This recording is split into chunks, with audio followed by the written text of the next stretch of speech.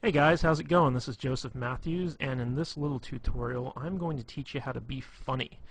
And it's actually going to be much easier than you think. These are just some simple tricks that I use to add humor to any interaction, and I know that they're going to work really well for you. Alright, so the first thing I want to talk about is how serious humor really is. If you can't be funny when you're talking to someone, you really can't be all that interesting. Fact of the matter is, the funnier you are, the more fun you're going to be, and the more people want to hang out with you. So, you need to be as funny as you possibly can in order to attract the most attention. But the thing is that you don't have to be funny all the time. You just need to be funny when it's appropriate. And some well-placed laughter will bond a lot of good feelings to you from, the people that you want to basically impress.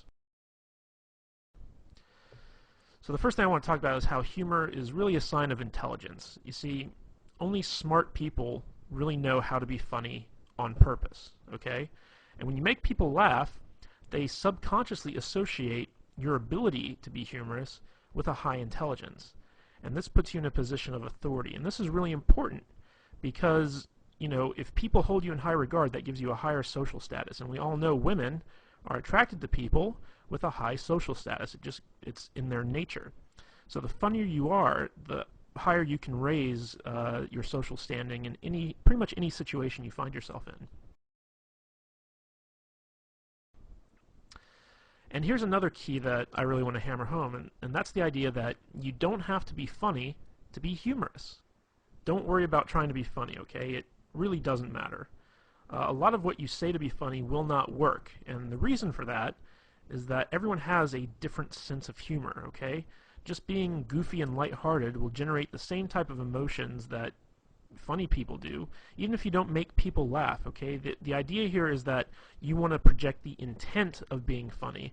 So that kind of takes the pressure off in the sense that, you don't have to actually perform. You don't actually have to make people laugh. You don't actually have to tell them good jokes. You just have to have the intention to make people laugh and make people have a good time, and they'll pick up on that and appreciate that. Another big thing is, I don't want you to be afraid to mess up, okay? Being funny is an art form. You won't always succeed, but that doesn't mean that you shouldn't try, okay? Now, in our efforts to be funny, stuff happens, Sometimes you might insult somebody, sometimes you might take something too far so that it stops being funny, sometimes you might say something inappropriate in the setting that you're in. This is going to happen if you want to try and be a humorous guy, because being funny is about taking chances. It's about doing stuff that's unexpected. And sometimes it can backfire on you. But if this happens, don't worry about it. Just apologize and move on, If you say something that's inappropriate or insulting, just say, like, look, in all seriousness, I'm really sorry. I was just trying to be funny. Can you forgive me? All right, that's all you need to do if you take things too far. So don't worry about messing up, because everyone knows what it's like to try to be funny and bomb. It's happened to everyone at some point in time. So if you just acknowledge it and you ask for their forgiveness, they will usually grant it to you. Okay, and another thing I want to point out is the fact that humor is not hard to do. See, a lot of people think it is, but it isn't. The truth of the matter is that anybody can do it. If you think you aren't funny or entertaining, don't sweat it. You can be, and you will be. Okay, believe that it's possible for you to be a funny guy even if you aren't. This will help you a great deal. I know a lot of guys out there are saying, like, oh my gosh, I'm so boring, I have no personality, I can't be funny. Okay, get rid of that belief right now, okay? It's possible for you to overcome that, even if you're like the most boring guy on earth who speaks with like a monotone Ben Stein type voice. Bueller, the guy I'm talking about. Okay, even if you're that guy, you can still be humorous, okay? You just have to go with it. You can't be, clinging to that belief that, you're just not a funny guy. You can be, and you will be, and I'm going to show you how. Okay, so let's talk about the elements of humor. And these are just quick and easy things that I personally use to be funny when I'm around women. And I'm pretty sure you can use them too. Okay, the first one I want to hammer on is this concept I call immaturity. Okay, Basically, immaturity is that, everything that was funny in the first grade is still funny when you're an adult. Okay, grown adults acting like children isn't funny, but grown adults talking like children is. So, if you're like throwing a temper tantrum or whatever because you didn't get your way, no one's going to find that funny. But if you start talking like a baby, but you still act like an adult, that is funny. So let's just go over a few examples here.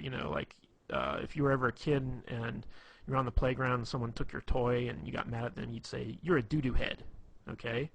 And when you were a kid, saying stuff like "you're a doo-doo head" was funny. So let's take that now when you're like a grown man. Let's say a girl says or does something you don't like, and you just kind of look at her and squint your eyes and say, "You're a doo-doo head." That can be funny. All right. Another thing is, for instance, girls are icky. How many times growing up did you and your friends run around saying girls are icky? All right. Everyone's heard this stuff. Women who've been around kids have heard this stuff. So like let's say a woman comes to you and says like, "Hey, I've got a friend I really want to hook you up with." You can just tell her, "Ooh, girls are icky," or something like that. It really doesn't matter. You're just taking stuff that sounds immature and you're applying it to your grown-up adult persona. Another thing is you got cooties. Okay, that's a big kind of thing that immature kids run around talking about. So like let's say you're out on a date with a girl and she's having, you're having dinner and she says, "Oh my God, the mashed potatoes are so good, you gotta try some." And she holds out her fork for you to like try a little bit of potatoes, and you just say, "Ooh, no, you got cooties." Stuff like that. Like it might not get like a big belly laugh. Sometimes it can be if it's unexpected, but most of the time, it's something that's like kind of fun and immature and humorous. So again, we're creating these feelings that you're going to be a playful type guy when you act I shouldn't say when you act, when you talk immature. All right, the next concept I have, I couldn't think of a really good way to kind of encapsulate this with a word, so I call it going plaid. And this is really a lame Spaceballs reference. If you've ever seen the movie Spaceballs, they have light speed, they have hyperspeed, and then they have plaid. And going plaid means that you're going so fast that you actually turn the color plaid, which is like a mishmash of all these different colors. And basically, I use this concept to explain that you take a complaint or a criticism that someone makes of you, and you own it. And then once you own it, you take it way further than anyone ever really expected you to, okay? So let me give you some examples of this. Let's say you're out with a girl and you say something kind of stupid, and she says, "You're such a dork," but she says it in like a fun way. Like she doesn't really mean it. She just says, "Oh, you're such a dork." And you can respond to that by saying, "You're right. I am a dork. I'm the king of the dorks, as a matter of fact. We always get together once a year and have an election, and I've won like the past 12 dork years in a row. And wait till you see my massive Star Wars figurines collection back at home. It's going to make you so hot you won't be able to resist my dork-like charms." That's what I mean by going plaid, is you take something that could be considered something that's negative, and not only do you own it, but you take it to its most ridiculous extreme. So, let's say, you say something kind of funny, and a girl kind of says jokingly, "Oh my God, you're weird." Okay? And, you take that and you're like, "You're right, I'm the weirdest guy you're ever going to meet. In fact, I bottle my own urine and keep it in my refrigerator and label it based on, the time of day and, what month it was." And that's not weird at all. I just think that, it's kind of cool. So you take stuff and you bring it to an extreme, and maybe the urine thing, I just did that off the top of my head. Maybe the urine thing was going a bit too far, but you see what I'm saying. If a girl says you're weird, you say, "You're right, I am weird, but you must be weird too because you're hanging out with me." You take it, you go to the extreme. Another one is when a girl says, "Oh my God, you're so mean." This will happen a lot if you do a lot of teasing. So if you're teasing a girl, she'll be like, "You're so mean. Why are you being mean to me?" And you just look at her and you just say, because I'm a mean person. Duh. I mean, what are you, stupid? Of course I'm mean. I'm the meanest guy you're ever gonna meet. You must be a masochist because when you hang out with me, I'm gonna be so mean to you. So that's what you gotta do when you go plaid. Is you gotta own the stuff that people say about you, and you gotta take it as far as you possibly can. Okay, the next kind of concept I want to talk about is dick and fart jokes, otherwise known as racy humor. Okay? Now, a lot of guys kind of shy away from this stuff, but you can't be afraid to joke about inappropriate stuff with women. Okay? Sometimes guys are afraid that it might be too sexual and it might scare the girl off or whatever, but the fact of the matter is, girls love dirty jokes as much as guys. And, in the off chance that they don't, if it is inappropriate or it's not their type of humor, you know, once you find that out, shy away from it. Don't do it again. But, you should always not be afraid to kind of go out and give it a try. So some of the things I like to kind of lump in with the whole dick and fart joke mentality is exaggerating what women, find attractive. Okay? So, like, let's say that women like tall guys, okay? I'm not saying all women like tall guys, but let's say you meet a woman who does like tall guys, and you're like, oh my god, you're so into tall guys, like, you like the 8-foot giant people, everyone's a a midget to you because you only like guys who are like 10 feet tall. That's what you can do, and you can point out like really tall guys and be like, you see that guy right there over there? Yeah, he's not tall enough for you. Okay, he could be like, a basketball player 8 feet tall. You'd be like, no, he's not tall enough for you. You like taller guys. You like taller guys than that. So take some stuff that women like and exaggerate it. Accuse them of being sexual deviants. This always, this always works really, really well.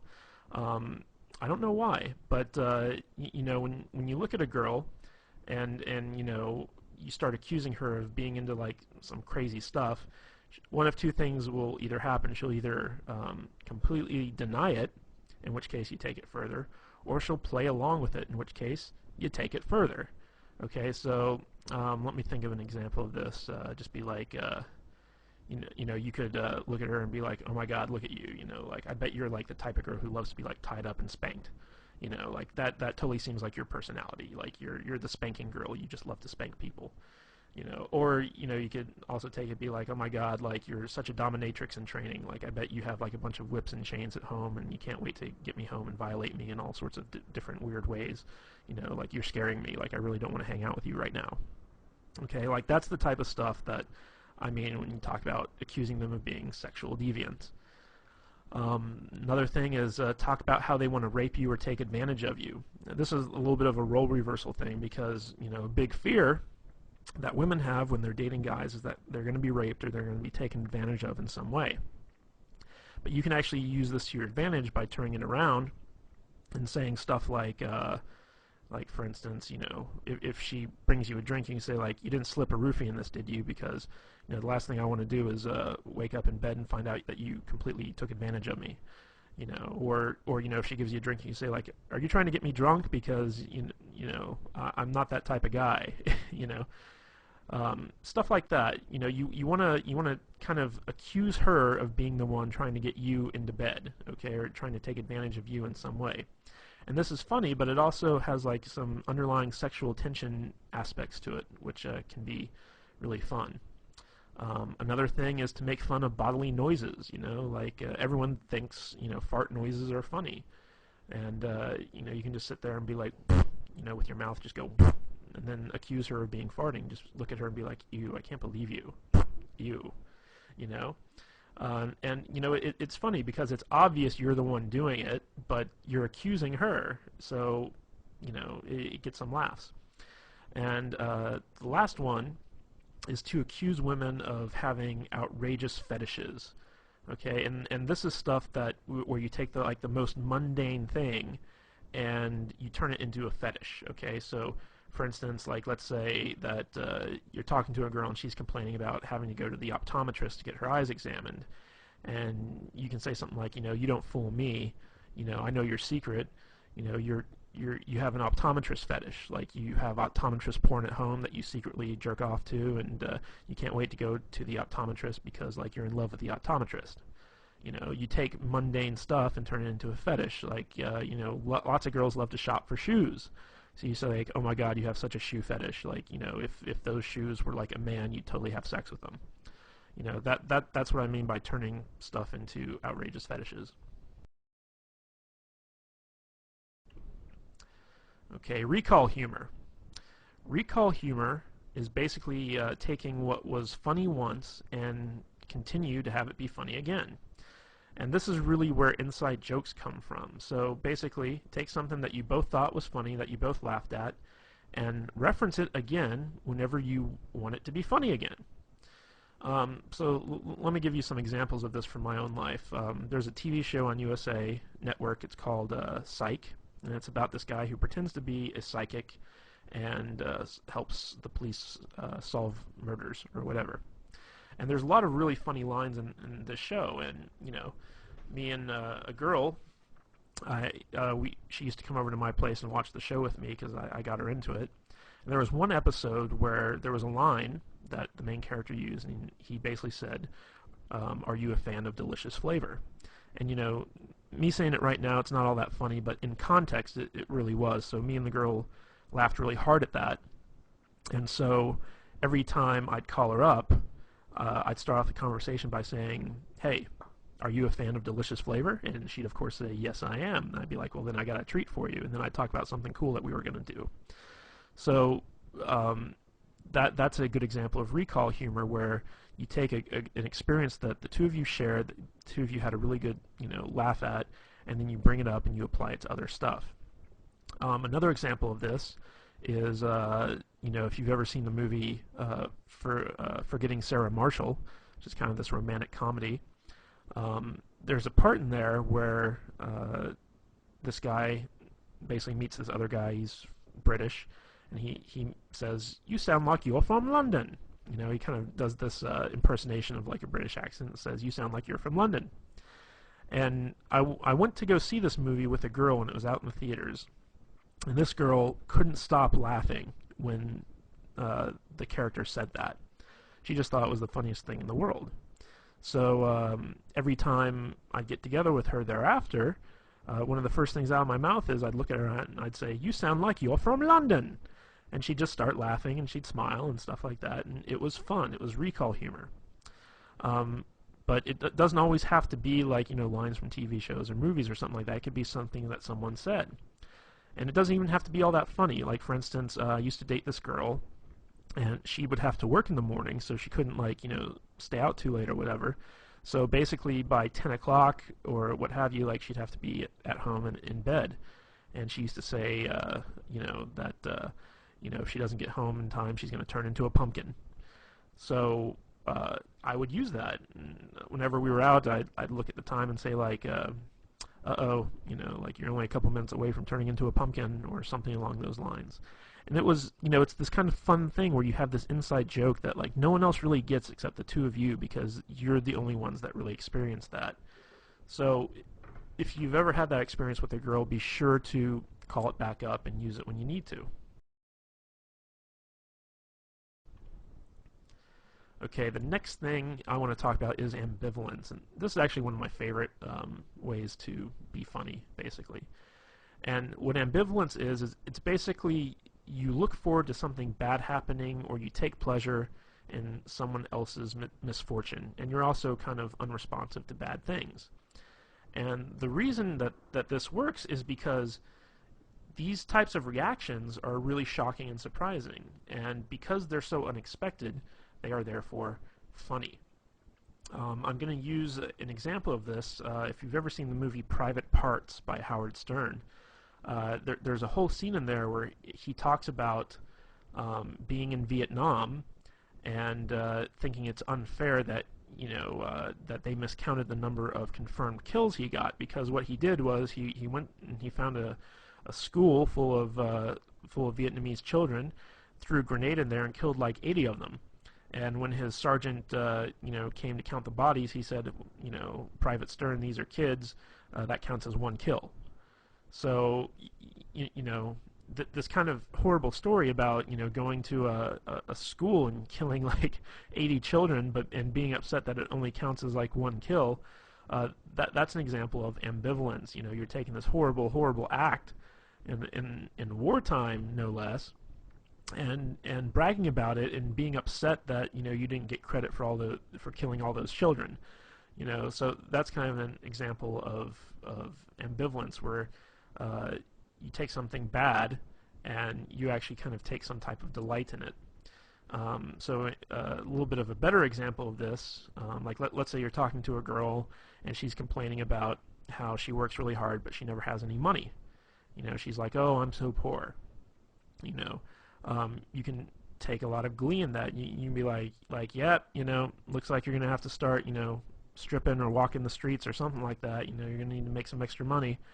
You just kind of take pleasure in the fact that she's poor, and you start kind of trying to get her to do all these terrible things to make money. Like looks like you're gonna have to be a drug mule. I'm gonna have to fly you down to Mexico and shove condoms full of cocaine up your butt and then take you back across the border in order to help you pay a rent. I mean that's a good example of ambivalence. Another thing is basically being unresponsive to bad stuff. Like for instance the whole global warming thing. Like people are all about global warming. We gotta save the planet. We gotta do this. We gotta do that. And you could be like, nah, screw global warming. I'm cold now. It's like I want it to be hot. I want the world to be warmer because it's freaking cold out and I don't like the cold. So that's another example of ambivalence. And ambivalence really stems from just like being lazy and not caring. Okay, that's how this humor works. Is everything that someone says to you, like you can just be like, whatever, and it's funny. All right, here's another thing I call gayness. Now, I'm not saying that gay people are bad or whatever, but you got to admit that gay people are funny. Gay men, masculine men doing feminine things is always good for a laugh. And stories are also always much funnier when they're told in a gay voice. So, whenever you're hanging out with a girl or whatever and you start talking gay, she's going to enjoy it. She's going to laugh because it's something that's like different from who you really are, which is, hopefully, a straight, heterosexual, masculine man. So, like sometimes I'll be like, hey, it's gay story time, and then like I'll tell like a normal story that I was gonna tell anyway, but just do it in a gay voice. Be like, I'll say something like, oh honey, you don't even know, like, oh my god, the thing with the thing and that guy, oh my god, I can't believe he said that. I'll just go off and I'll riff, but I'll do it in a gay voice. And women, for some reason, I don't know why, they always love it. I don't even think my gay voice is all that good, to tell you the truth, but they like it. Okay, and another great way to use gayness is to pretend to be one of her girlfriends. Like if a girl starts talking about, like something that she'd normally talk about with her girlfriend, I'll be like, wait, pause 1 minute. I'm just gonna take my balls. I'm gonna put them in this imaginary jar here. Like, okay, I'm putting my balls away. I'm totally your girlfriend right now. Just talk to me like your girlfriend. So, sweetie, what's the problem? And then so it'll be funny, and she'll laugh, and then she'll start telling me. So you can do a lot of stuff about like kind of emasculating yourself, acting gay, talking gay, things like that, and women like it. Okay, another thing is ridicule and teasing. Here's an interesting fact: is that people hate to be made fun of when they're the ones being made fun of. Okay, they hate ridicule when they're the target, basically. However, people love it when other people are made fun of, especially people in authority or people they personally don't like. Okay? So, let's say you're sitting down with a girl in a restaurant for dinner and your waiter's like, a real jerk, or he's not a very good waiter or whatever. You could start making fun of that waiter. Just start, ridiculing the guy. Don't do it when he's around, but as soon as he leaves, just turn to the girl and just be like, oh my god, that guy's asshole is puckered so tight you couldn't pull a pin from it with a tractor, and she'll be like, oh my god, yeah, and that brings up another thing, is that when you make fun of other people, it creates a sort of bond between the two of you, because it's almost like you're confiding in them your dislike of something else, and you can be united in your dislike for something. So if she talks about something that she doesn't like or someone she doesn't like, pounce on that, start making fun of it, and she'll start making fun of it too, and before you know it, you two have created a bond over that. Okay? So, use ridicule to ridicule other people, but never, ever, ever ridicule yourself or the girl that you're with. Okay?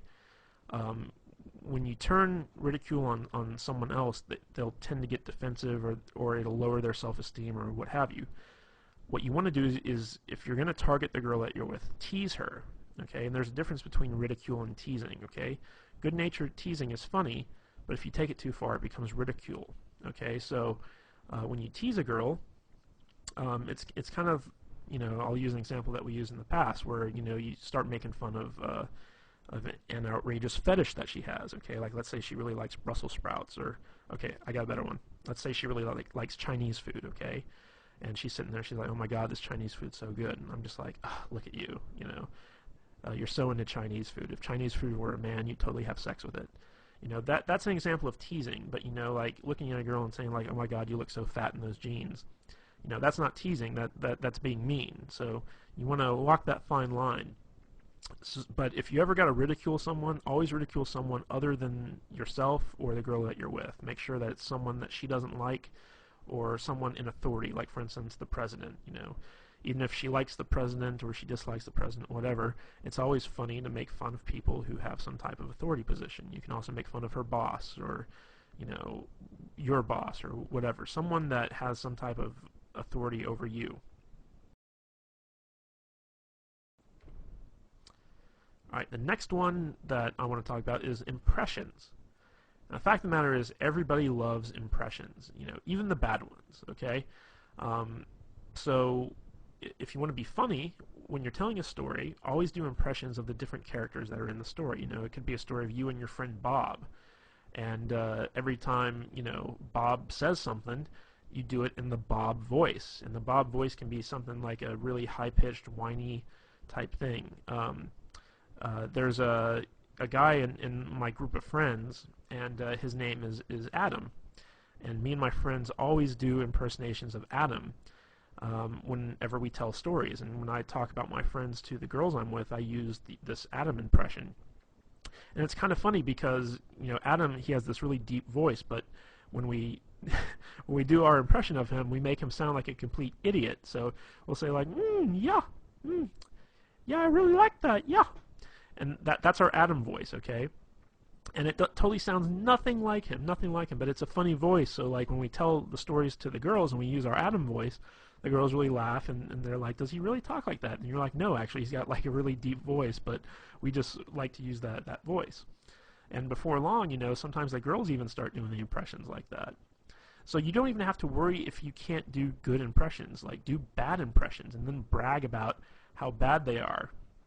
So for instance, like let's say you're doing an impression of the girl you're with.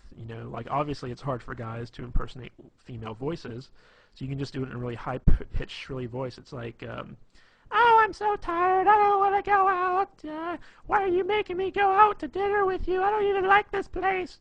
You can start pretending like that's like your impression of her, and she'll be like, I don't sound like that. And you're like, I don't sound like that. And it's a bad impression, but it's funny. And another way you can do this is do impressions of celebrities or really well-known people. If you're talking about the president, do an impression of the president. Doesn't matter if it's good or not. Just take what you've seen done on TV and try and emulate it best you can. People really respond well to impressions because it's kind of like this theatrical performance. Even if it's not very good, like you're creating a whole new character that they can get into.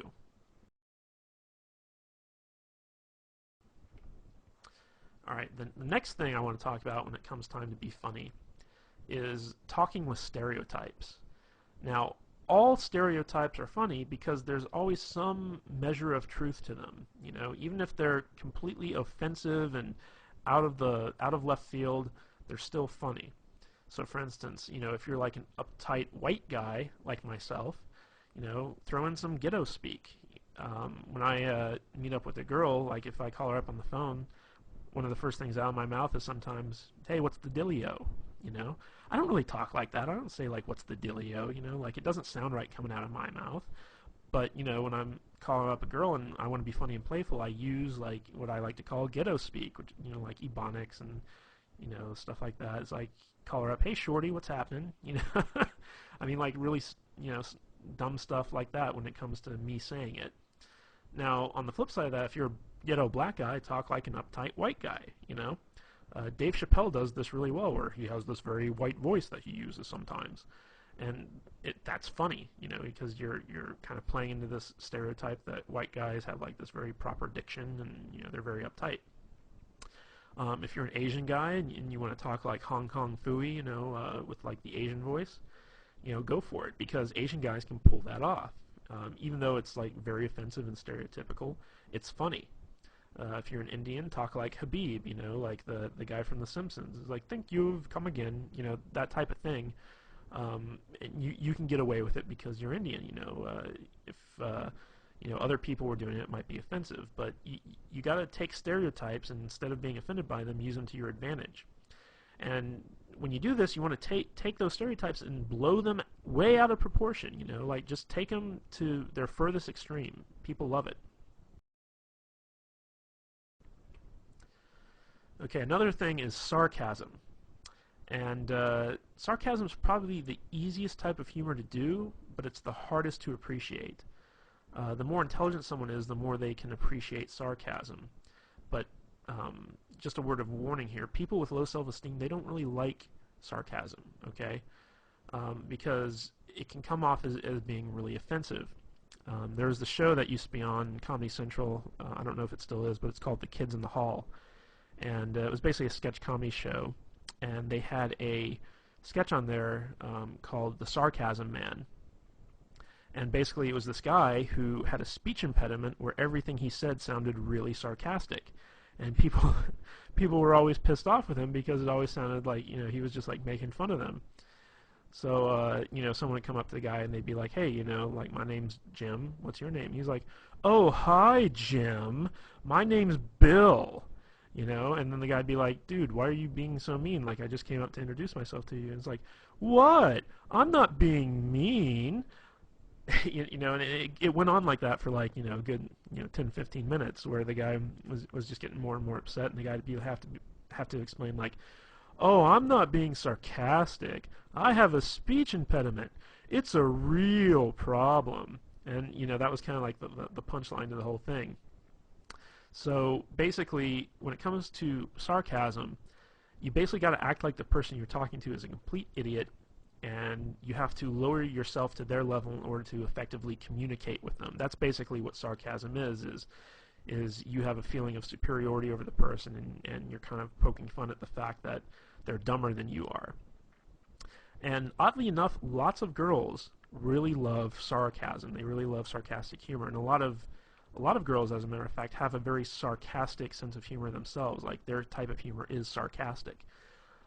So if you're a guy, you tend to gotta put up with a lot of sarcastic women. So, and another thing I just want to point out is a lot of the stuff I've been going through with you guys with so far in this presentation is stuff I've learned from women. Like, this is all humor that I've gotten from girls that, you know, made me laugh. And I kind of sat down and was like, what is it they do that's funny?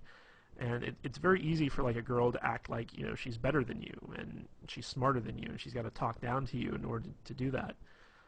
If you're dealing with sarcastic humor from someone else, play into it. Just act like you're a complete retard and be like, you're right, man can't talk, you know. Just go with it. If someone's kind of treating you like that, take it to its, you know, logical extreme. When you're dealing with someone who's sarcastic, you can pull the sarcastic humor all you want. But if you're dealing with someone who's not sarcastic, who has, you know, low self-esteem, who's kind of like sweet or whatever, you don't want to go the sarcastic route. Okay, another thing I love to do is use nicknames. Nicknames can be a lot of fun, and they can be really funny. And the more ridiculous the nickname, the better. One of the cool things about nicknames is that it really does create a bond between two people, because when you name something, you imply a certain sense of ownership, and it also becomes a type of inside joke between the two of you. A good example of this is one time I started dating this girl. Her name was Katie, and her email address was something like Goofy Kate, 123 or something like that.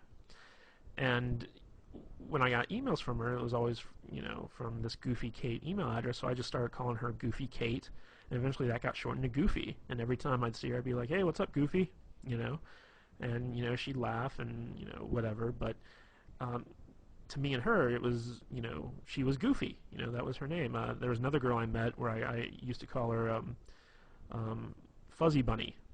I don't even remember why. I just called her like Fuzzy Bunny for no real good reason, but that name kind of stuck. She was my little Fuzzy Bunny. And as long as like you're not calling women like really offensive names, like bitch, slut, hoe. Even though I have had girls who I nicknamed that never to their face, but whatever. You kind of have this kind of endearing inside joke. And whenever you're in a relationship with someone, eventually nicknames like kind of pop up. So it's always good to kind of like be the first one to go out there and do that and start referring to them in that sense. All right, bad jokes. Good jokes are hard, bad jokes are easy. That's just the long and short of it right there.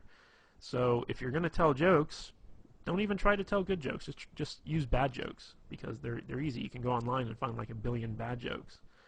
Word of wisdom though, the shorter the jokes are, the better.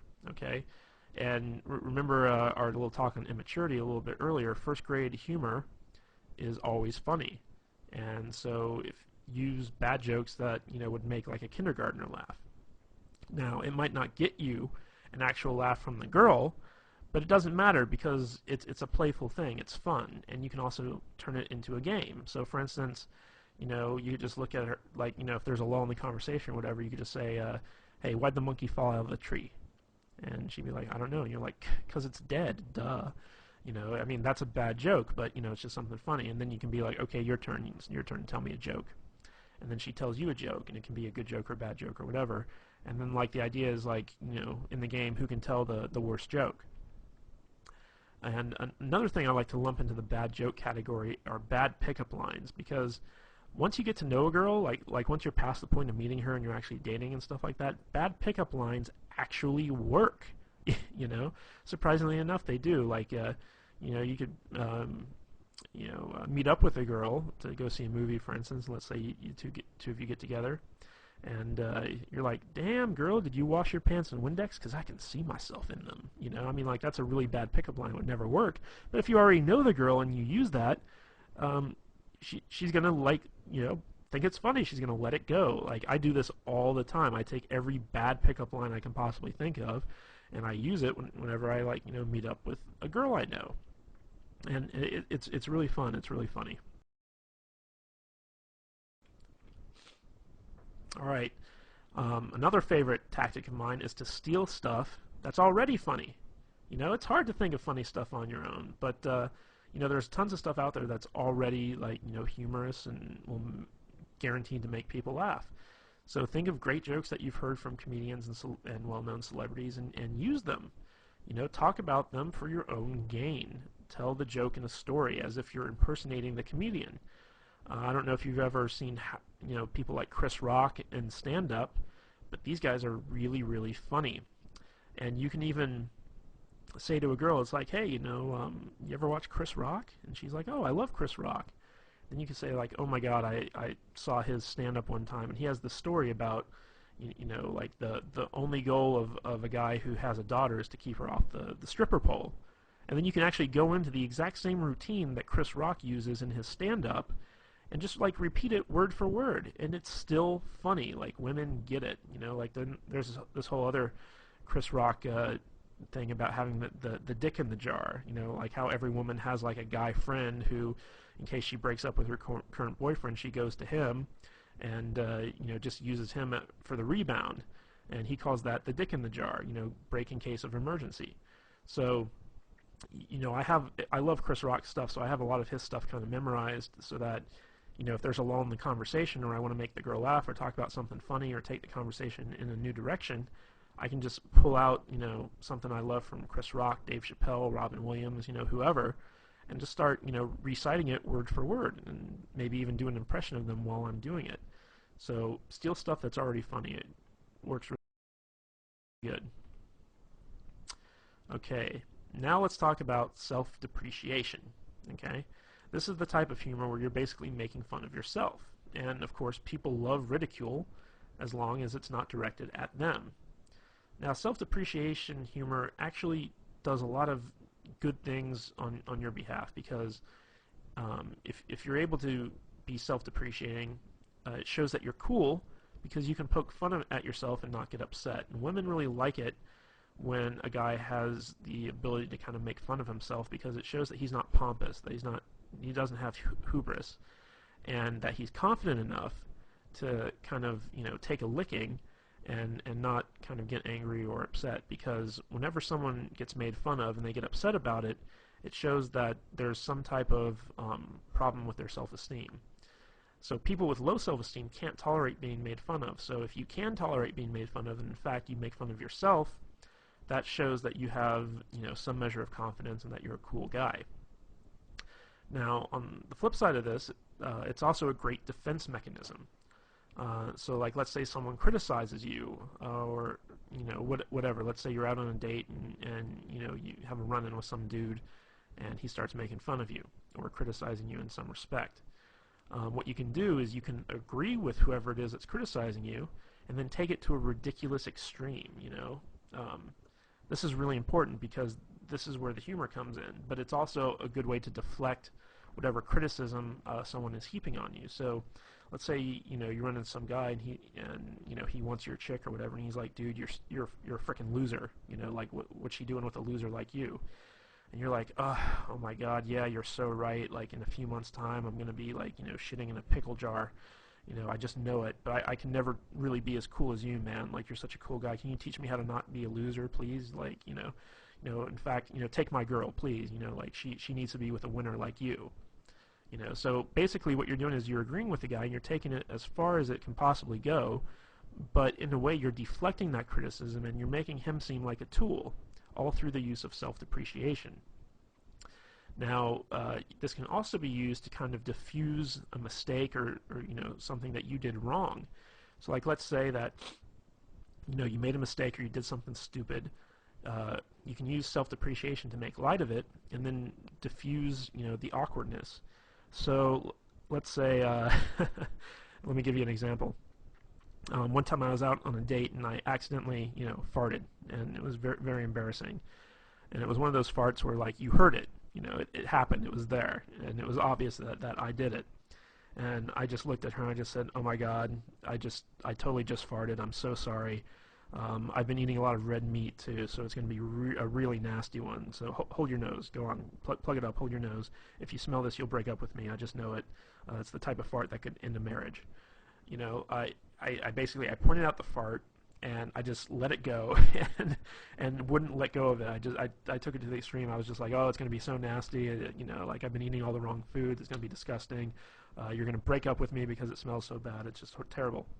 And so, like, I turned what was really kind of an awkward situation to something where she just couldn't stop laughing, And again, that was that kind of led into some recall humor later on, where it was like the fart that would end a marriage. And, she'd say stuff like, well, you farted in front of me and I still didn't break up with you. And I'd be like, oh, yeah, what's wrong with you? So you can use stuff like that. And I want to make the point that if you use self-depreciation, don't use it to point out your own flaws or harp on your own insecurities. A lot of guys will try and use self-depreciating humor to kind of, diffuse stuff that they feel uncomfortable about. Like, let's say you have a big nose, and you make fun of yourself because you have the big nose. That's not a good thing, because what you're actually doing is you're highlighting stuff about yourself that's bad, and you think it's bad, and you don't want anyone else to think it's bad. However, by doing that, you're basically pointing out to everyone, hey, look at all the bad stuff about me. Even if they laugh at it, it's not good. So when you do use self-depreciation, only use it as either a defense mechanism or to diffuse some type of awkward situation. Don't ever use it to point out the fact that, you have something wrong with you. Like, for instance, I'm not a very thin guy, I'm a little bit overweight. So when I'm out with a girl, I'd never start making fun of myself for being fat, because that's something that I don't want her to kind of harp on, I don't want her to glaze over it. Now, if someone else calls me fat, then I'll go along with it. I'll just be like, oh my God, you're so right. Like, I'm totally like one step away from being Jabba the Hutt, I'm going to need a slave girl really soon, So if someone else points it out, then that's when you use the self-depreciating humor, but you never bring it up on your own accord because you're insecure about it, okay? Most of the time, people won't even notice stuff that you're insecure about until you bring it up, and then they can start holding that against you because they know that, you're kind of wishy-washy on it. So, just as an aside, never use self-depreciation to point out your own flaws or harp on your own insecurities. But the biggest key to being funny is to have fun.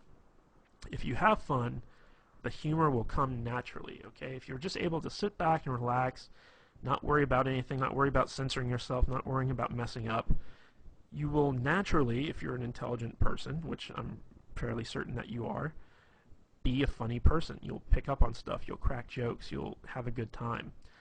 Remember, humor is all about feelings. It's not about really getting a response. It's not about making people laugh. It's about making people feel good. The better you can make people feel, the more they'll like you, and the more personality you'll display. Even if you're not a funny guy, just be super, super positive. People like positivity. And if you can mix that positivity in with some fun every once in a while, people will like you even more. So out of everything I told you about, if you can't even remember one of those little concepts about how to be funny, just have fun. The more fun you have, the more naturally funny you'll be, and the easier it'll be to make people laugh and have a good time with you. Alright guys, that's all I have for the video. I hope you really enjoyed this thing. Like I said, I got most of this material, most of these concepts from girls who use them on me. So this is stuff that I know for a fact girls respond to. I use all this stuff in every one of my interactions, and I always get a good response from it. So if you need to, watch this video as many times as you want, learn the concepts, and actually go out and start using them, and you'll be absolutely amazed to see the type of responses girls give you. Alright guys, this is Joseph Matthews, and I'll catch you later.